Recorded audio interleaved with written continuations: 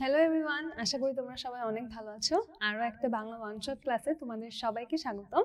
আজকে আমরা আমাদের রানার কবিতাটা পড়ব।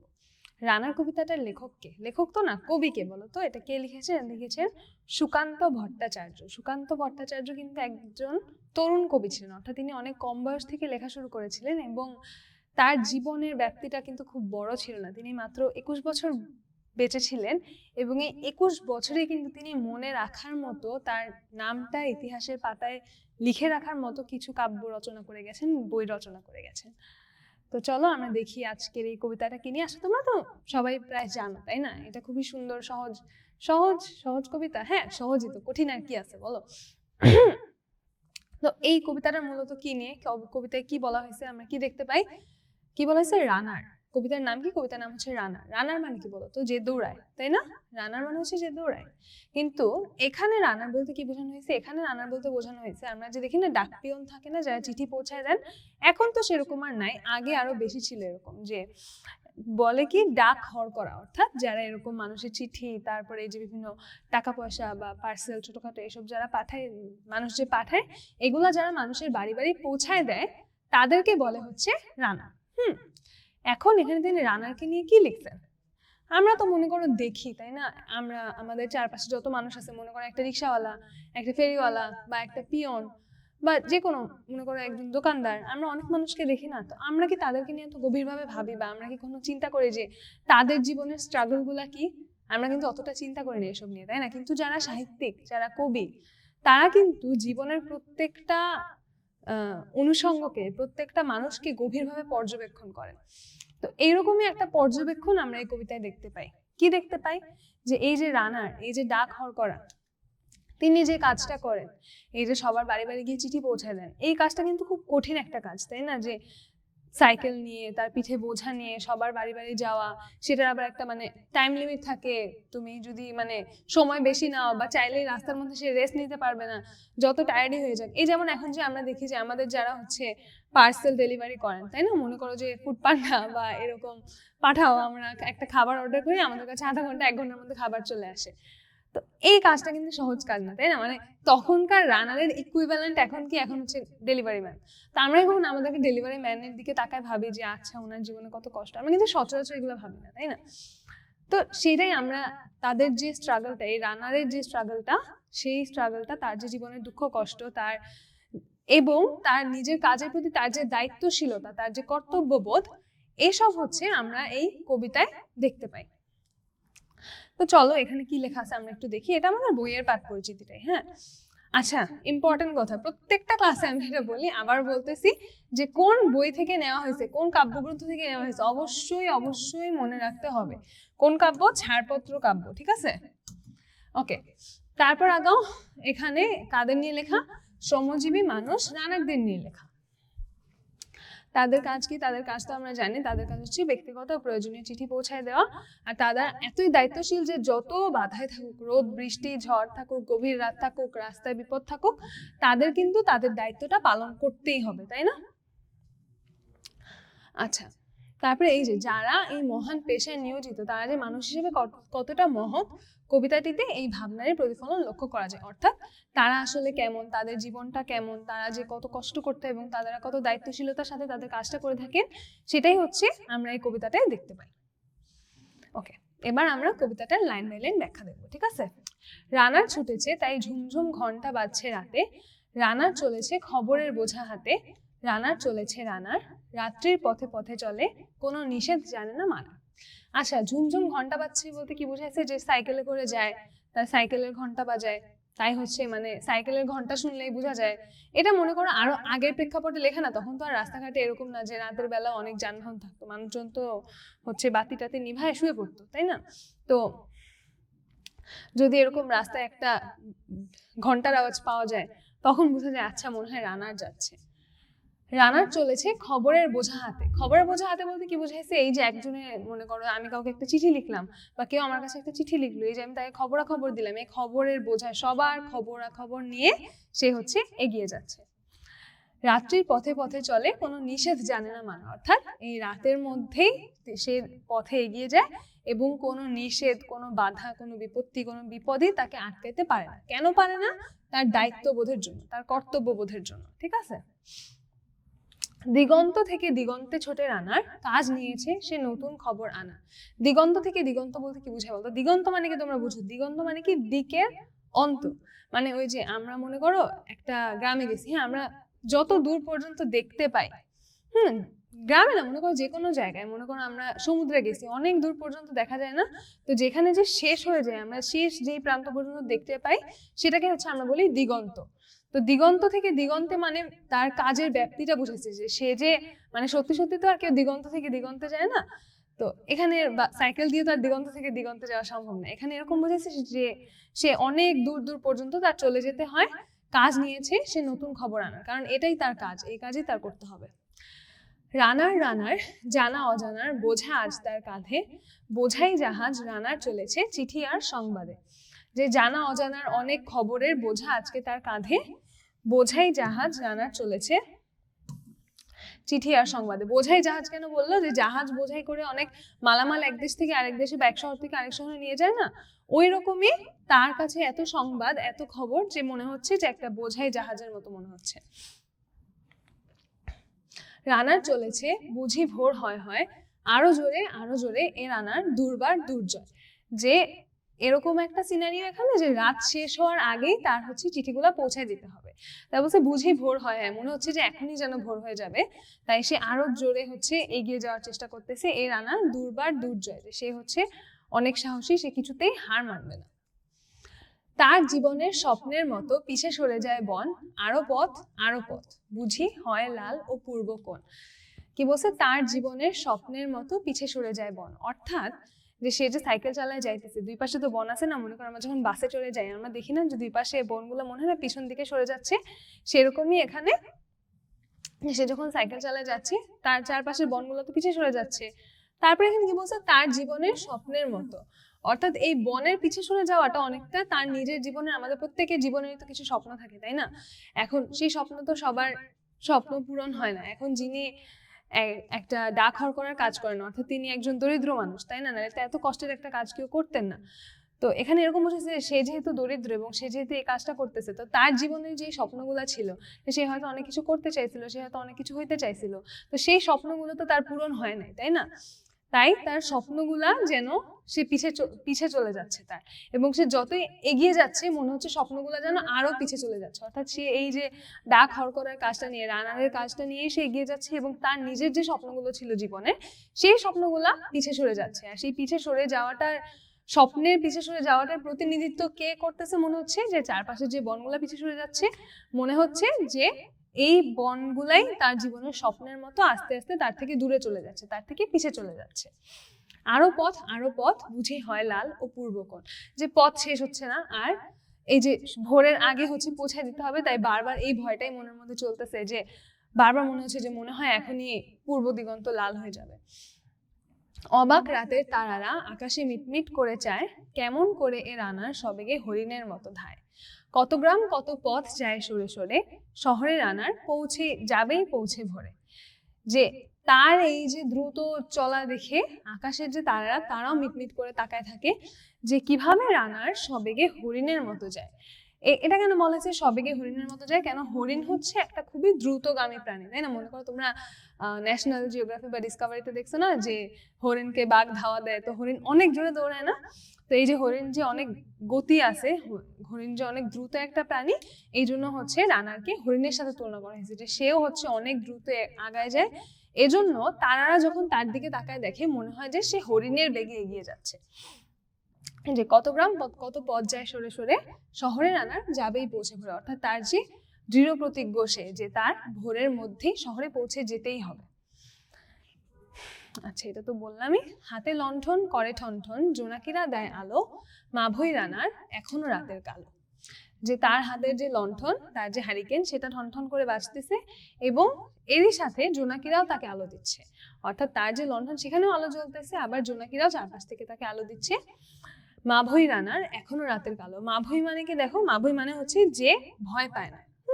মাভৈ মানে হচ্ছে যে সাহসী বা যে ভয় পায় না। কি হচ্ছে?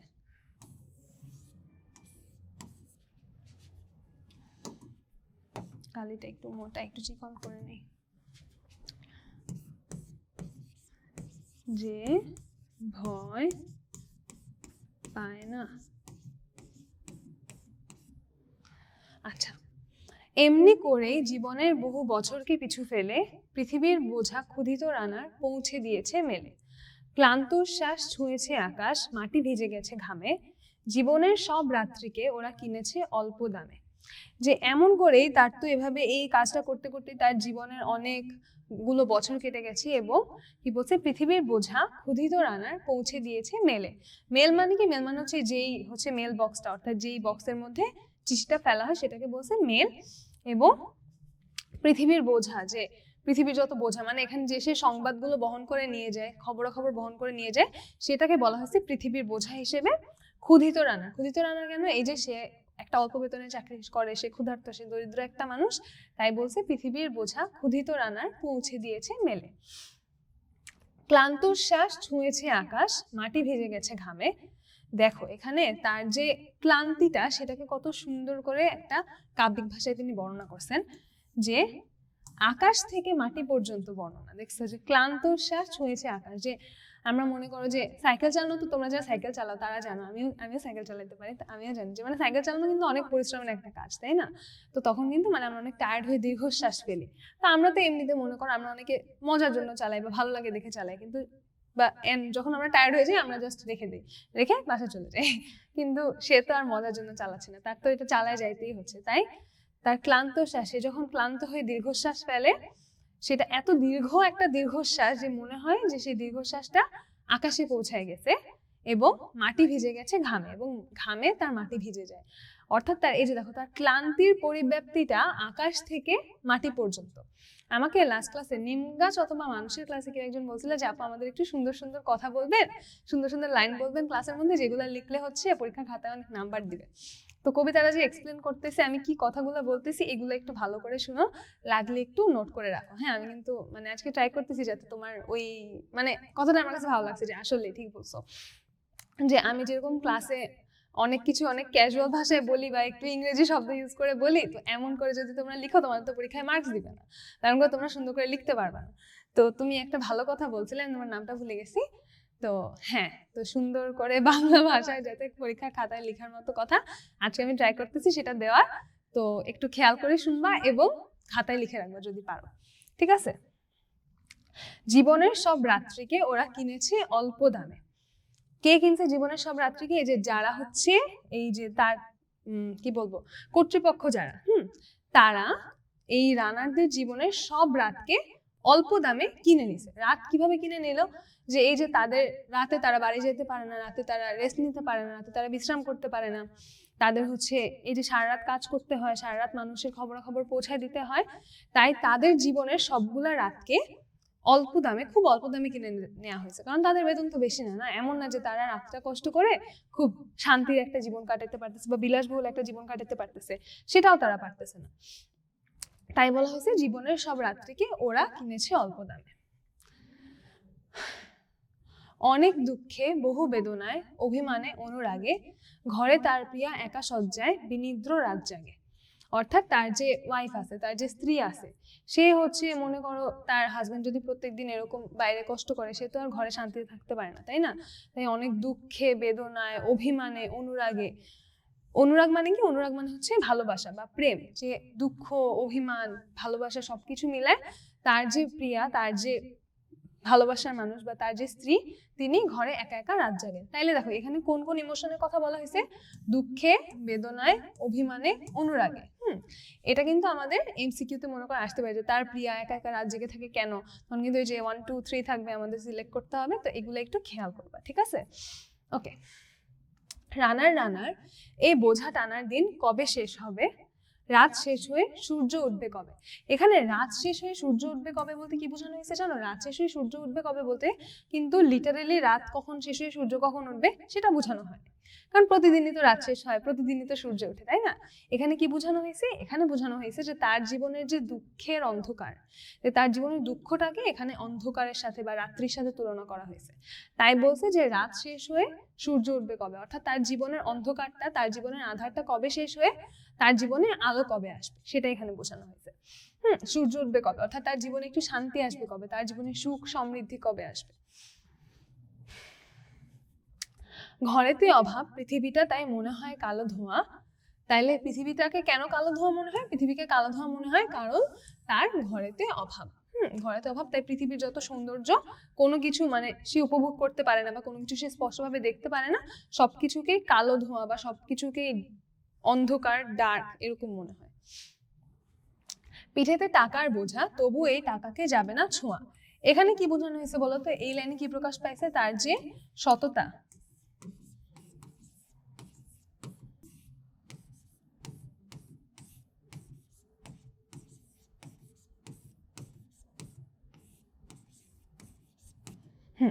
তার যে সততা বা দায়িত্ববোধ, যে তার পিঠে অনেক টাকা আছে কিন্তু সে চাইলেই কিন্তু এই টাকাকে ছুঁইতে পারবে না, বা সে মানে সে চাইলেও কিন্তু এই টাকা নিয়ে পালিয়ে যেতে পারে, তাই না? কিন্তু সে একটা সৎ মানুষ, সে একটা দায়িত্ববান মানুষ, তাই এমন সে করবে না যে তার পিঠে অনেক টাকা আছে তাই সে 2-4টা টাকা মেরে দিল। হ্যাঁ, এখানে তার দায়িত্ববোধটা প্রকাশ পাইছে, এখানে তার সততাটা প্রকাশ পাইছে। সে একজন সৎ মানুষ, সে একজন ভালো মানুষ এবং সে একজন কর্তব্যপরায়ণ মানুষ, যে তার কর্তব্যটা, তার যে দায়িত্বটা সেটা তিনি ভালোভাবে পালন করবেন। রাত নির্জন, পথে কত ভয়, তবুও রানার ছোটে, দস্যুর ভয়, তার চেয়ে ভয় কখন সূর্য ওঠে। যে রাত নির্জন, যে রাতের রাস্তায় কোনো মানুষজন নাই এবং পথে অনেক ভয় আছে, অনেক বিপদ আপদ ঘটতে পারে, তাও সব বিপদ আপদ, সব শঙ্কাকে আড়াল করে বা সব শঙ্কাকে একপাশে সরায় রানার এগিয়ে যায়। এরপরে লাইনটা খেয়াল করো, দস্যুর ভয়, তার চেয়ে ভয় কখন সূর্য ওঠে। যে দস্যুর ভয় আছে, তার প্রাণ চলে যাওয়ার ভয় আছে, কিন্তু তার চেয়ে বড় ভয় কি? তার চেয়ে বড় ভয় হচ্ছে সে যদি তার কাজটা সময় মতো করতে না পারে। তো আমার এরকম, আমি যখন স্কুলে পড়তাম আমি হচ্ছে ফিজিক্স পারতাম না, বুঝছো? তো ফিজিক্স এক্সামের আগে মনে করো যে আমি রাত 12টা বাজে, তো আমি 3টা পর্যন্ত 4টা না, আমি এমন করতাম, আমি হচ্ছে রাত্রে ঘুমাই যেতাম, 3টা-4টার দিকে উঠে আবার পড়তে বসতাম। তো তখন এরকম যে তখন তো সময় একটা ফ্যাক্টর, যে পরীক্ষার আগে অনেক কম সময় আছে, যদ্দূর পারি পড়ে যায়। তো তখন মনে হইতো যে যদি আজকে মরেও যাইতাম, আজকে যদি আমার একটা অসুখ হইতো, যে আমি যদি এখন একদম অসুস্থ হয়ে যাই, তাহলে কি ভালো হবে, আমার পরীক্ষাটা দেওয়া লাগবে না। তো অনেকটা এরকম যে আমার কি বলবো, যে মৃত্যু ভয়টাও হচ্ছে তখন কম হয়ে যায়, তখন হচ্ছে যে এছাড়া আর কোন কাজ আছে ওইটা হচ্ছে বেশি বড় মনে হয়। হ্যাঁ, তো এখন ওইটার সাথে এটা পুরোপুরি রিলেট করা যায় না। আমার এটা তো একটা মানে আমি নিজে একটা জিনিস পারি না, ওই পরীক্ষাটা আমি দিতে ভয় পাইতেছি, ওইটা আলাদা সিনারিও এবং এইটা সম্পূর্ণ আলাদা একটা সিনারিও। এটা অনেক কি বলবো সিরিয়াস একটা ব্যাপার, আমারটা তো লজ্জার ব্যাপার।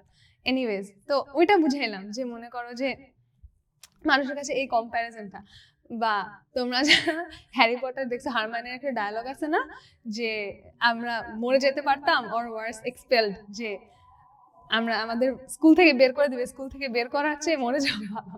তো অনেকটা এরকম যে তার নিজের জীবনের ভয় আছে, কিন্তু তার নিজের জীবনের ভয়ের চেয়ে এখানে বড় কোনটা, যে তার দায়িত্বটা যদি সে ঠিকভাবে পালন করতে না পারে। আচ্ছা, কত চিঠি লেখে লোকে, কত সুখে প্রেমে আবেগে স্মৃতিতে, কত দুঃখে ও শোকে। যে মানুষ তো কত রকমের চিঠি লিখে, তাই না? এক একজন এক এক রকমের, মনে করো কেউ কারো হয়তো ভালোবাসা মানুষের কাছে চিঠি লিখতেছে, কেউ তার ভাই বোনের কাছে চিঠি লিখতেছে, কেউ তার মা বাবার কাছে চিঠি লিখতেছে। অনেক রকমের আবেগ, অনেক ধরনের অনুভূতি চিঠিগুলায় প্রকাশ পায়। এবং এই সবার সব অনুভূতি কে বহন করে নিয়ে যায়? সবার সব অনুভূতি কিন্তু রানার বহন করে নিয়ে যায়। আজকে আমি অনেক চেষ্টা করতেছি, ওই কমেন্টটার জন্য চেষ্টা করতেছি যে আমি যাতে বেশি করে বাংলায় কথা বলি, নাহলে আমি কি বলবো যে এই ইমোশনগুলো, এই ফিলিংগুলোকে ক্যারি করে নিয়ে যায়, কিন্তু এভাবে কথা বলা যাবে না। খাতায়, পরীক্ষার খাতায় যাতে লেখা যায় সেভাবে কথা বলতে হবে। ওকে, এর দুঃখের চিঠি পড়বে না জানি কেউ কোনোদিনও, এর জীবনের দুঃখ কেবল জানবে পথের তৃণ। অর্থাৎ যে রানার বা যে ডাকঘর করা সবার এই অনুভূতিগুলো, সবার দুঃখ কষ্ট আনন্দ বেদনা সবকিছু যিনি বহন করে নিয়ে পৌঁছায় দিচ্ছেন, তার জীবনের যে দুঃখ কষ্ট, তার যে মনের কথা, তার যে মানে তার দুঃখের চিঠি বলতে এখন তো তার লিটারাল কোনো দুঃখের চিঠির কথা বলা হয় নাই, মানে আক্ষরিক অর্থে কোনো দুঃখের চিঠির কথা বলা হয় নাই। কিসের কথা বলা হয়েছে? যে তার যে জীবনের দুঃখ কষ্টগুলো আছে, তার যে নিজের অনুভূতিগুলো আছে, এগুলো সম্পর্কে কেউ কখনো জানবে না। অর্থাৎ সে সবার অনুভূতি পৌঁছায় দিচ্ছে, কিন্তু তার অনুভূতি সম্পর্কে কেউ জানতে পারছে না। এর জীবনের দুঃখ কেবল জানবে পথের চিহ্ন। অর্থাৎ সে যে রাস্তার উপর দিয়ে যাচ্ছে, সেই রাস্তার যে ঘাসগুলো আছে, সেই ঘাসগুলাই একমাত্র তার দুঃখ সম্পর্কে জানে। এর দুঃখের কথা জানবে না কেউ শহরে ও গ্রামে, এর কথা ঢাকা পড়ে থাকবে কালো রাত্রির খামে। যে তার দুঃখের কথা শহরের গ্রামের কেউ কোনোদিন জানবে না। সে যে গ্রাম থেকে শহরে পৌঁছায় দেয় চিঠি, সেই গ্রামের কেউ জানবে না, সেই শহরের কেউ জানবে না। কে জানবে? রাতের যে অন্ধকার, এখানে কালো রাত্রির খামে বলতে কি বোঝানো হয়েছে? যে খাম মানে কি? খামে একটা জিনিস আবৃত করে রাখা হয়, তাই না? তো যখন রাত থাকে, যখন অন্ধকার থাকে, তখন কিন্তু এরকম সবকিছু আবৃত মনে হয়, তাই না? কোনো কিছু দেখা যায় না। তাই বলা হয়েছে যে তার দুঃখটা এই রাতের অন্ধকারের খামেই ঢাকা পড়ে থাকবে। দরদে তারার চোখ কাঁপে মিটিমিটি, এ কে যে ভোরের আকাশ পাঠাবে সহানুভূতির চিঠি। দেখো এখানে তাহলে কিছু প্রকৃতির উপাদানের কথা কিন্তু বারবার বর্ণনা করা হয়েছে, যে প্রকৃতির উপাদানগুলাই তার দুঃখ কষ্টটা সাক্ষী, তার দুঃখ কষ্টটা সামনে থেকে প্রত্যক্ষ করতেছে কারা? এই যে প্রকৃতির যে উপাদানগুলো আছে তারা। কে কে? এই যে তার জীবনের দুঃখ কেবল জানবে পথের তৃণ, এর কথা ঢাকা পড়ে, এখানে ডাকা আছে, এটা ঢাকা হবে, হ্যাঁ, ঢাকা পড়ে থাকবে কালো রাত্রির খামে। অর্থাৎ এই যে পথের তৃণ, কালো রাত্রি, দরদের তারার চোখ কাঁপে মিটিমিটি, যে তারা তার দুঃখটা দেখতেছে, যে আকাশের তারারা আছে, আকাশের তারাও তার দুঃখটা দেখতেছে।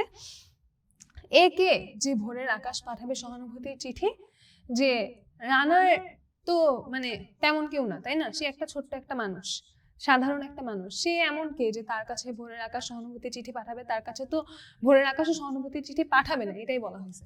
তাহলে এখানে আরো কাকে পাইলাম আমরা? আরো পাইলাম ভোরের আকাশকে। রানার কি হবে বোঝা বয়ে, কি হবে ক্ষুধার ক্লান্তিতে ক্ষয়ে ক্ষয়ে। রানার ভোর তো হয়েছে, আকাশ হয়েছে লাল, আলোর স্পর্শে কবে কেটে যাবে এই দুঃখের কাল। তারপর বলছে যে এই যে এত দুঃখের বোঝা বইতেছে, এত দুঃখের বোঝা বয়ে কি হবে? এই ক্ষুধার ক্লান্তিতে তিনি ক্ষয়ে যাচ্ছেন, তার নিজের জীবনের দুঃখ, তার নিজের কষ্টগুলা তিনি সবসময় বহন করে যাচ্ছেন। এত কষ্ট করে এত দুঃখ পেয়ে কি হবে? যে ভোর তো হয়েছে, আকাশ হয়েছে লাল, আলোর স্পর্শে কবে কেটে যাবে এই দুঃখের কাল। যে ভোর তো হয়েছে, এখন তো ভোর হয়েছে, এখন তো আকাশ লাল হয়েছে, তো সূর্য ওঠার পরেও আমার জীবনের দুঃখ কেন কাটতেছে না? এখানে এটা বলা হয়েছে যে ভোর হয়েছে, আকাশ হয়েছে লাল, কিন্তু এই আলোর স্পর্শে জীবনের দুঃখটা কবে কাটবে? জীবনের যে দুঃখের রাত্রি, সেই রাত্রি কবে শেষ হবে? গ্রামের রানার সময় হয়েছে নতুন খবর আনার, শপথের চিঠি নিয়ে চলো আজ ভীরুতা পেছনে ফেলে, পৌঁছে দাও এ নতুন খবর অগ্রগতির মেলে। যে এখন সময় হয়েছে নতুন খবর আনার, শপথের চিঠি নিয়ে চলো আজ ভীরুতা পেছনে ফেলে। আচ্ছা, আমি কি একটা লাইনে দুইবার পড়তেছি? যে এখানে আবার নতুন উদ্যমে, নতুন সাহসের সাথে, নতুন উৎসাহ উদ্দীপনার সাথে, যে তার যে কাজের প্রতি তার একটা নিষ্ঠা আছে, তার যে কাজের প্রতি তার একটা দায়িত্ববোধ, কর্তব্যবোধ আছে, সেটা এখানে আবার নতুন করে উজ্জীবিত করা হয়েছে। যে পৌঁছে দাও এ নতুন খবর অগ্রগতির মেলে, যে তার যে মেল বক্স, চিঠি ফেলার বাক্স, সেটার কথা বলা হয়েছে। ও না, এখানে হচ্ছে তার জীবনের উন্নতির কথা বলা হয়েছে, এখানে সেটার কথা বলা হয় নাই, এখানে তার জীবনের উন্নতির কথা বলা হয়েছে। যে সময় হয়েছে নতুন খবর আনার, অর্থাৎ পরিবর্তনের সময় এসেছে। হ্যাঁ, এখানে এটা বোঝানো হয়েছে যে পরিবর্তনের সময় এসেছে। পৌঁছে দাও এই নতুন খবর অগ্রগতির মেলে, অর্থাৎ যে এগিয়ে যাওয়ার মেলে। দেখা দেবে বুঝি প্রভাত এখনই, নেই দেরি নেই আর, ছুটে চলো আরো বেগে দুর্দম হে রানা। যে এই যে তার জীবনের দুঃখ কষ্টগুলা শেষ হওয়ার একটা, আমরা কি বলবো, একটা ডাক দেখতে পাই বা একটা আহ্বান দেখতে পাই এখানে। হ্যাঁ, যে এখানে বলা হয়েছে যে যেই সকালটার আমরা অপেক্ষা করছিলাম, যে তার জীবনে কবে সকাল হবে, তার জীবনের দুঃখগুলো কবে কেটে কবে একটা সুখের সকাল আসবে, শান্তির সকাল আসবে, সেটাই এখানে বলা হয়েছে। দেখা দেবে বুঝি প্রভাত এখনই, নেই দেরি নেই আর, তাই তুমি আরো জোরে ছুটে চলো দুর্দম হে রানা। অর্থাৎ দুর্দম মানে কি? দুর্দম মানে হচ্ছে যাকে দমন করা যায় না। ঠিক আছে, তাহলে এখানে পুরোটা কবিতায় আমরা তার যে দায়িত্ববোধ, তার যে কষ্ট, তার যে দুঃখ, এগুলো দেখতে পাই, এবং সবার শেষে একটা পরিবর্তনের ডাক দেখতে পাই, যে এখন এই ব্যাপারগুলো পরিবর্তনের সময় এসেছে। তার জীবনের অন্ধকারের কালো আধার রাত কেটে গিয়ে তার জীবনের নতুন সুখের সকাল হওয়ার সময় এসেছে। আচ্ছা, দেখি এখানে কি বলা হয়েছে। জীবনের সব রাত্রিকে ওরা কিনেছে অল্প দামে। চরণটি দ্বারা কি বোঝানো হয়েছে? এই চরণটি দ্বারা কি বোঝানো হয়েছে সেটা কিন্তু আমি কবিতাটা পড়ানোর সময় তোমাদের বলে আসি, তাই না? তাইলে জীবনের সব রাত্রিকে ওরা কিনেছে অল্প দামে, এটা দিয়ে কি বোঝানো হয়েছে? যে অর্থাৎ তারা যে তাদের এই খুবই অল্প পারিশ্রমিকের বিনিময়ে তারা যে কাজটা করেন এখানে কিন্তু সেটা বোঝানো হয়েছে, তাই না? যে তাদের রাতগুলোকে খুবই অল্প টাকায় কিনে নেওয়া হয়েছে। অল্প টাকা মানে কি? যে তারা সারা রাত কাজ করছেন কিন্তু তার বিনিময়ে অল্প টাকা পারিশ্রমিক পাচ্ছেন। তো আমরা যখন আনসারটা লেখা শুরু করব, যে ফার্স্ট লাইনে আমরা এভাবে লিখবো যে তারা যে কম পারিশ্রমিকের বিনিময়ে তাদের সব মানে সারা রাত কাজ করে তাদের কাটাতে হয়, এখানে সেই কথাটা প্রকাশ করা হয়েছে। তারপরে হচ্ছে আমরা আবার ব্যাখ্যা লেখার সময় রানারদের সম্পর্কে আমরা আরো যা যা জানি যাবতীয় কথাবার্তা অনেক কিছু লিখে, মানে মূল ফোকাস এটা থাকবে যে তারা হচ্ছে কম পারিশ্রমিকের বিনিময়ে অনেক কষ্ট করেন। তো এখানে মূলত সেটাই প্রকাশ পেয়েছে। আচ্ছা, এর দুঃখের চিঠি জানি কেউ পড়বে না কোনোদিনও। মজা তো, কবিতার লাইন বাই লাইন বুঝাই দিলে কিন্তু দেখছো অনুধাবনমূলক কোয়েশ্চেন আনসার করা একদম সহজ হয়ে যায়, তাই না? তাইলে এই দুঃখের চিঠি পড়বে না বলতে কি বোঝানো হচ্ছে? তার যে দুঃখগুলা, তার দুঃখের কথা কেউ কোনোদিন জানবে না। আচ্ছা, রানার প্রতিদিন কেন ছুটে চলে? রানার প্রতিদিন কেন ছুটে চলে? এই যে সব খবরাখবর, সব চিঠি পত্র পৌঁছায় দেওয়ার জন্য, তার কাজটা করার জন্য, তার দায়িত্ববোধের জন্য, যথাসময় এবং নির্দিষ্ট গন্তব্যে খবর পৌঁছে দেওয়ার জন্য ছুটে চলে। রানার কাছে পৃথিবীটা কালো ধোঁয়া কেন মনে হয়? মনে আছে? ঘরেতে অভাব, পৃথিবীটা তাই মনে হয় কালো ধোঁয়া। যে তার অভাব আছে তাই তার কাছে, যে অভাবের কারণে তার কাছে পৃথিবীটাকে কালো ধোঁয়া মনে হয়। দস্যুর ভয় তারও চেয়ে ভয় কখন সূর্য ওঠে। এটা দিয়ে কি বোঝানো হয়েছে? এটা দিয়ে বোঝানো হয়েছে যে সে যেভাবেই হোক সূর্য ওঠার আগে অর্থাৎ ভোর হওয়ার আগে তার চিঠিগুলো পৌঁছায় দিতেই হবে। তাই দস্যুর ভয় থাকলেও তার কাছে দস্যুর ভয়ের চেয়েও বড় একটা কনসার্ন হচ্ছে বা বড় একটা ভয়ের ব্যাপার হচ্ছে যে সূর্য যাতে না ওঠে, যে সূর্য ওঠার আগেই সে চিঠিগুলো পৌঁছায় দিতে চায়। রানা সূর্য ওঠাকে ভয় পায় কেন? এই মাত্রই বললাম সূর্য ওঠাকে কেন ভয় পায়। আচ্ছা, তাহলে অনুধাবনমূলক প্রশ্ন দেখা আমাদের শেষ, কোনো প্যারাই নেই, তাই না? কবিতা আমরা যদি পুরোটা বুঝে ফেলি, অনুধাবনমূলক প্রশ্ন কোনো ব্যাপারই না। আচ্ছা, এবার আমরা একটা দুইটা সৃজনশীল দেখি, যে সৃজনশীলগুলো আমরা কিভাবে আনসার করবো। এখন আমি এর আগের ক্লাসগুলোর সিকিউ ট্রিক্স এর আলাদা একটা স্লাইড রাখতাম, বাট সব ক্লাসে মেইন একই কথা থাকে, যে গ নাম্বারে থাকে যে সাদৃশ্য বা বৈসাদৃশ্য, আর ঘ নাম্বারে থাকে হচ্ছে যে পুরোপুরি প্রতিনিধিত্ব করতেছে নাকি, বা একটা দিককে ফুটায় তুলতেছে নাকি, নাকি সব দিকে ফুটায় তুলতেছে, এইসবই থাকে। বা কোনো একটা চরিত্রের পুরোপুরি প্রতিনিধিত্ব করছে নাকি, পুরোপুরি সাদৃশ্য আছে নাকি, এগুলাই থাকে। তাই এখন আর ওইটা রাখি নাই, কারণ সেম জিনিসটা বলা লাগে প্রত্যেক ক্লাসে। তা আমরা এখন সরাসরি একটু সৃজনশীলই দেখে নিই, তাইলে আমরা বুঝতে পারবো আরো ভালো করে। সামাদ সাহেব ব্যাংকে ক্যাশিয়ার হিসেবে 30 বছর যাবৎ কর্মরত আছেন। সবার আগে অফিসে আসেন এবং সবশেষে অফিস ত্যাগ করেন। একদিন ভাইয়ের মৃত্যুর সংবাদ পেয়ে অপরাহ্নে তিনি বাড়ি যান। পরদিন যথাসময়ে তিনি পুনরায় ফিরে আসেন। তার কারণে কারো এতটুকু কষ্ট যাতে না হয় সে ব্যাপারে তিনি বেশ সচেতন। তাহলে আমরা কি দেখতে পাই? তিনি একজন বেশ কর্তব্যপরায়ণ এবং দায়িত্ববান একজন লোক, তাই না? আচ্ছা, উদ্দীপকের সামাদ সাহেবের মাঝে রানার কবিতার রানার চরিত্রের সাদৃশ্যপূর্ণ দিকটি ব্যাখ্যা করো। সাদৃশ্যপূর্ণ দিকটা তো খুবই সহজ, তাদের কাজের প্রতি নিষ্ঠা, তাদের কাজের প্রতি দায়িত্ববোধই হচ্ছে তাদের দুইজনের সাদৃশ্যের দিক। এবং ঘ নাম্বারে কি বলা হয়েছে? যে সামাদ সাহেব রানার চরিত্রের বিশেষ দিককে ধারণ করলেও রানার স্বতন্ত্র। মন্তব্যটি যথার্থতা যাচাই করো। মন্তব্যটা অবশ্যই সঠিক, কারণ কোন দিকটা বলছে? বিশেষ দিককে ধারণ করলে। তাহলে বিশেষ দিককে কি ধারণ করে? যে তার যে কর্তব্যবোধ, তার যে দায়িত্ববোধ, কর্তব্যপরায়ণতা, এই দিকটাকে ধারণ করে, কিন্তু তবুও রানার স্বতন্ত্র। কারণ রানারের চরিত্রের কিন্তু আমরা আরো অনেক গভীরতা দেখতে পাই, তাই না? রানারের দুঃখ কষ্ট সম্পর্কে আমরা আরো অনেক কিছু জানতে পারি। রানার কত কষ্ট করেন, এবং এই যে যেসব লাইনস আমরা বুঝছি না, বুঝে আসলাম আগে, এই যে তার যে দুঃখ কষ্টের বর্ণনা দেওয়া হয়েছে, আকাশের তারা, মাটির ঘাস, এরকম অনেক কিছু বর্ণনা দেওয়া হয়েছে না? তো এই ধরনের বর্ণনাগুলো লিখবা, যে আমরা রানার হচ্ছে অনেক কষ্ট করে এরকম এরকম চিঠিপত্র পৌঁছায় দেয়, সে হচ্ছে মনে হয় যেন পৃথিবীর সব খবরের বোঝা তার কাঁধে তুলে নিছে, তার সারা রাত তার কাজ করতে হয় এবং তার বিনিময়ে সে খুবই অল্প পারিশ্রমিক পায়, তার কাছে অভাবের কারণে জীবনটা কালো ধোঁয়া মনে হয়। এই যে অভাবের ব্যাপারটা তো সামাদ সাহেবের মধ্যে নাই, তাই না? তিনি ব্যাংকে চাকরি করেন, তো অবশ্যই রানারের চেয়ে তো তার বেতন বেশি। তো এইভাবে আমরা রানার সম্পর্কে আমাদের যা যা মনে আছে, আমরা তো পুরো কবিতাটা পড়ছি, তাই না? কবিতা যদি কারো মুখস্থ থাকে তখন কিন্তু তোমার জন্য আনসার করা আরো ইজি হয়ে যায়। আমি বলতেছি না তোমাদের কবিতা মুখস্থ করতে হবে, বাট তুমি কবিতাটা বারবার পড়লে তোমার যে ইম্পর্টেন্ট লাইনসগুলা, সেই লাইনসগুলো মনে থাকবে। যেমন করে আমার এই কবিতাটা মুখস্থ নাই, ঠিক আছে, বাট আমার অনেকগুলো লাইন মনে আছে। যেমন এই যে ক্লান্তির শ্বাস ছুঁয়েছে আকাশ, মাটি ভিজে গেছে ঘামে, জীবনের সব রাত্রিকে ওরা কিনেছে অল্প দামে, তারপরে আর কি লাইন, আপাতত এটাই মনে পড়তেছে, যদি আমি আনসার করতে যেতাম তখন আরো বেশি মনে পড়তো। এখন অনেক কথা বলতেছি না। আচ্ছা, তো এরকম যে তোমার যদি লাইন্স মনে থাকে তখন তুমি আরো ভালো করে এই ধরনের স্পেশালি ঘ নাম্বারের আনসার গুলা তখন আরো বেশি করে লিখতে পারবা। যে তোমাদের যদি কবিতার ক্ষেত্রে কবিতাটা বারবার পড়বা এবং গদ্যের ক্ষেত্রে গদ্যগুলা বারবার পড়বা, তাইলে অনেকগুলা ফ্যাক্ট মনে থাকবে। তুমি পরীক্ষা খাতায় হ্যাঁ সাদৃশ্য আছে, মিল নাই, এগুলা লিখলে কিন্তু তোমার টিচার নাম্বার দিবে না। তুমি যদি অ্যাকচুয়াল ফ্যাক্ট লিখো তোমার টিচার কিন্তু দেখেই বুঝবে যে তুমি এটা ভালো মতো পড়ে ভালো মতো জেনে লিখতেছো। ঠিক আছে, ওকে। তারপরে এসো আমরা আরো একটা সৃজনশীল দেখি। বাড়ির সকলের প্রতি সমান দায়িত্ব তার, কে কখন চা খাবে কখন ঔষধ খাবে কোনো কিছুই তার বাদ পড়ে না। কারো কাপড় ময়লা হলে ধুয়ে ফেলা, খাওয়া দাওয়ার খোঁজ নেওয়া যেন তার প্রাত্যহিক রুটিন। গৃহিণীর কখন কি লাগবে তাও সে জানে। হেলেনার এমন কর্তব্য পরায়ণতায় সবাই মুগ্ধ। 11 বছরের এই মেয়ে, হায় রে চাইল্ড অ্যাবিউজ, ছোট্ট বাচ্চারা দিয়ে কাজ করে দিয়েছে ওইটা নিয়ে আবার সবাই মিলে মুগ্ধ হইতেছে। 11 বছরের মেয়ে এত কাজ করে, বাবারে বাবা। এই মেয়েটির প্রতি সবাই তাই খুব আন্তরিক। তার একটু সর্দি জ্বর হলেও সবাই উদ্বিগ্ন হয়ে পড়ে। আচ্ছা, তাও ভালো। গৃহের লোকদের এমন ব্যবহারে হেলেনা নিজেকে ভাগ্যবতী মনে করে। তাও গৃহের লোকদের উচিত নিজেদের ভাগ্যবতী মনে করে, এত ছোট একটা মেয়েকে দিয়ে এত কাজ করে।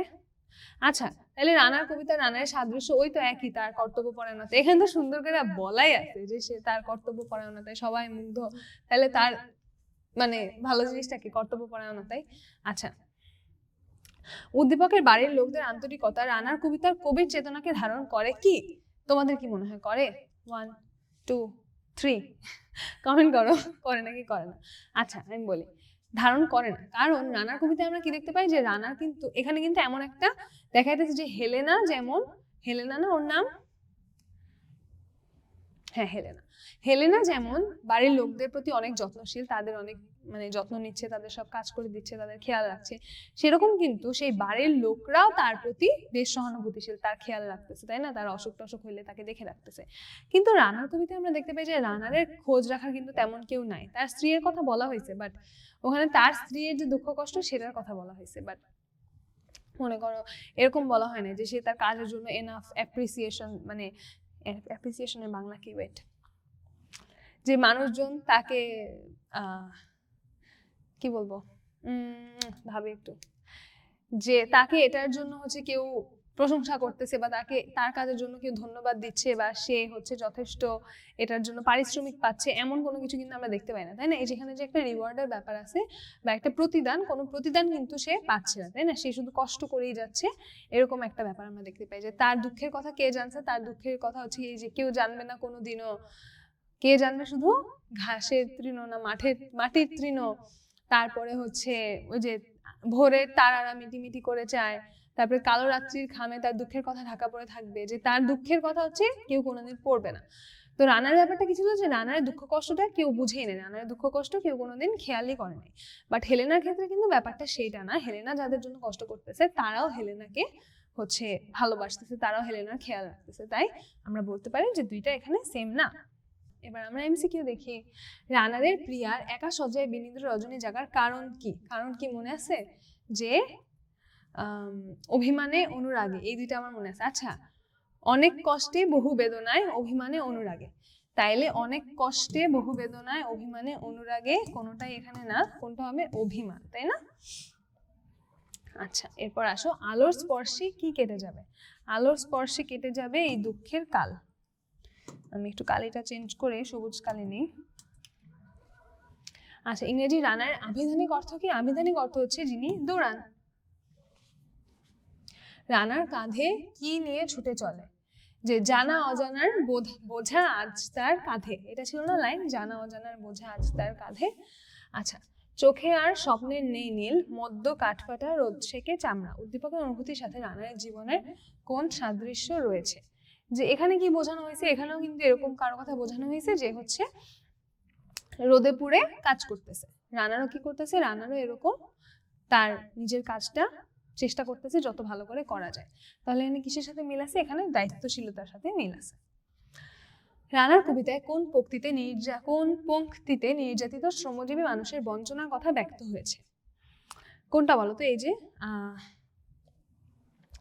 ক্লান্ত শ্বাস ছুঁয়েছে আকাশ, মাটি ভিজে গেছে ঘামে। তারপরে আচ্ছা, যেহেতু বলছে নির্যাতিত শ্রমজীবী মানুষের বঞ্চনা, তাইলে নির্যাতিত শ্রমজীবী মানুষ, তাইলে কোনটা হওয়া উচিত? যে শ্রমজীবী মানুষ কারা? যে যাদের হচ্ছে এরকম তারা কায়িক পরিশ্রমের কাজ করেন এবং সব শ্রমজীবী মানুষের মধ্যে এটা কমন যে তাদের লেবারটাকে অনেক অল্প টাকা দিয়ে কেনা হয়। যে আমাদের যে গার্মেন্টস ফ্যাক্টরিগুলো বা যে কোনো ফ্যাক্টরিগুলো আমরা দেখি সেখানেও কিন্তু অনেক কম টাকা দিয়ে যারা মালিক তারা কোটি কোটি টাকার লাভ করতেছে। হ্যাঁ, তাইলে এই ব্যাপারটা হচ্ছে মিল, যে জীবনের সব রাত্রিকে ওরা কিনেছে অল্প দামে, যে অনেক কম টাকার বিনিময়ে তাই দিয়ে অনেক কাজ করে নেওয়া হয়। রানারের কাছে পৃথিবীটা কালো ধোঁয়া কেন মনে হয়? অভাবের তাড়নায়। এটা আমরা পড়ছি না যে ঘরেতে অভাব, পৃথিবীটা তাই মনে হয় কালো ধোঁয়া।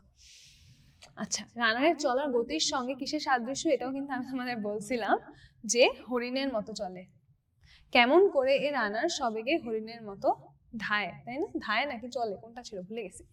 আচ্ছা, কোন চরণে রানারের গতিময়তা বোঝানো হয়েছে? এই যে কেমন করে এ রানার সবেগে হরিণের মতো যায়। ও আচ্ছা, যায়, ধায়ও না চলেও না, আমি ভুলে গেছি। আচ্ছা, রমিজউদ্দিন হঠাৎ অসুস্থ হলে ব্যবসা দেখাশোনা করতে পারেন না। সুস্থ হয়ে ফিরে এলে দেখেন তার অনুপস্থিতিতে কর্মচারী মোহন নিষ্ঠার সাথে ব্যবসা চালিয়ে প্রতিষ্ঠানের মুনাফা বৃদ্ধি করেছেন। নিচের কোন চরণে উদ্দীপকের মোহনের বৈশিষ্ট্য ফুটে উঠেছে? কোন চরণে দেখি তো? যে মোহন কি করছে? মোহন হচ্ছে অনেক দায়িত্বশীলতার সাথে কাজটা করছে, তাই না? তাহলে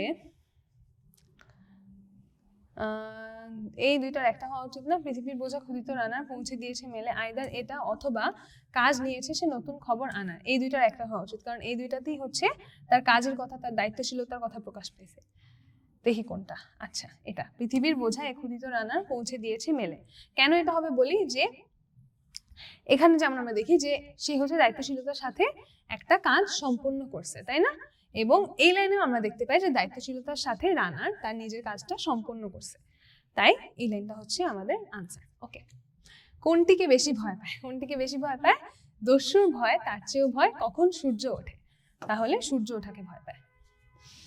রানার এর জীবনের দুঃখ কে জানবে? রানার এর জীবনের দুঃখ কে জানছিল বলতো? তার জীবনের দুঃখ কেবল জানবে পথের তৃণ। আমি জানি না আমার লাইন বলাগুলো ঠিক হইতেছে নাকি, আমি ভুলভাল লাইন বলতেছি, বাট পথের তৃণ। কে রানার কি সহানুভূতির চিঠি পাঠাবে? এ কে যে ভোরের আকাশ পাঠাবে তাকে সহানুভূতির চিঠি, তাহলে কে পাঠাবে? ভোরের আকাশ। পৌঁছে দাও এ নতুন খবর অগ্রগতির মেলে। মেল মানে কি? মেল মানে ওই যে ডাকে, তার মানে যে বাক্সে হচ্ছে চিঠি রেখে ফেলে দেয়, সেটা হচ্ছে মেল, মেল বক্স। ওকে, রানার কবিতায় মিটিমিটি করে চায় কি? ওই যে রাতের তারারা, দরদে তারার চোখ কাঁপে মিটিমিটি, তাহলে তারারা মিটিমিটি করে চায়। ক্ষুধার রাজ্যে পৃথিবী গদ্যময়, পূর্ণিমার চাঁদ যেন ঝলসানো রুটি, কবিতা তোমায় দিলাম আজকে ছুটি। উদ্দীপকের মিল পাওয়া যায় নিচের কোন পংক্তির সাথে? কোন পংক্তির সাথে বলো তো? করুণা মানবগণ, না এটা তো হবে না। কত কথা আজ মনে পড়ে তার, নো। ঘরেতে অভাব পৃথিবীটা তাই মনে হয় কালো ধোঁয়া, হ্যাঁ এটা হবে। এটাও হবে না, তাই না? এটা হচ্ছে বর্ণমালা নিয়ে, তাহলে কোনটা হবে? এই যে অভাব নিয়ে হবে। এখানেও কিন্তু অভাবের কথাই প্রকাশ পাইছে, যে ক্ষুধার রাজ্যে পৃথিবী গদ্যময়। আচ্ছা, এরপরে আসো, রাত শেষ হয়ে সূর্য উঠবে কবে? এখানে রাত বলতে কি বোঝানো হয়েছে? সব আমরা কবিতাটা ভালো মতো বুঝলে সৃজনশীল এমসিকিউ যত 14 গোষ্ঠীর প্রশ্ন আছে, কোনো কিছু নিয়ে মাথা খারাপ করা লাগে না। আর এগুলো কিন্তু সব বোর্ডের কোশ্চেন, তোমরা খেয়াল করছো এখানে কবি পরিচিতি থেকে কিন্তু তেমন কোনো কোশ্চেন নাই। তো কবি পরিচিতি থেকে আমাদের এমসিকিউতে আসলে বেশি কোশ্চেন আসে না, এর জন্য তোমরা কবি পরিচিতি নিয়ে এত বেশি প্যারা নিবা না, ঠিক আছে? হালকা হালকা করে পড়ে রাখবা, যাতে একটা দুইটা আসলে আনসার করে ফেলতে পারো। বাট ওইটা নিয়ে অনেক মাথা খারাপ করেন। বাংলা ফার্স্ট পেপারের সবচেয়ে কঠিন, সবচেয়ে জটিল পার্ট হচ্ছে কবি পরিচিতি, এটা ভেবে ভয় পাবা, এটা করার কোনো দরকার নেই, কারণ কবি পরিচিতি থেকে অত কোশ্চেন আসেই না, ঠিক আছে? আচ্ছা, রাত শেষ হয়ে সূর্য উঠবে কবে, এখানে কিসের প্রত্যাশা করা হয়েছে? এখানে কিসের প্রত্যাশা করা হয়েছে? যে তার শোষণ বঞ্চনা, তার যে জীবনের এই যে দুঃখ, তাকে যে শোষণ করা হচ্ছে, তার এটার অবসান বা এটা শেষের প্রত্যাশা করা হচ্ছে। ওকে, তাইলে আমরা রানার কবিতার মোটামুটি সব পড়ে ফেললাম। আশা করি এখান থেকে তোমাদের আর কোনো প্রবলেম থাকবে না। তাহলে দেখা হচ্ছে নেক্সট ক্লাসে। টাটা।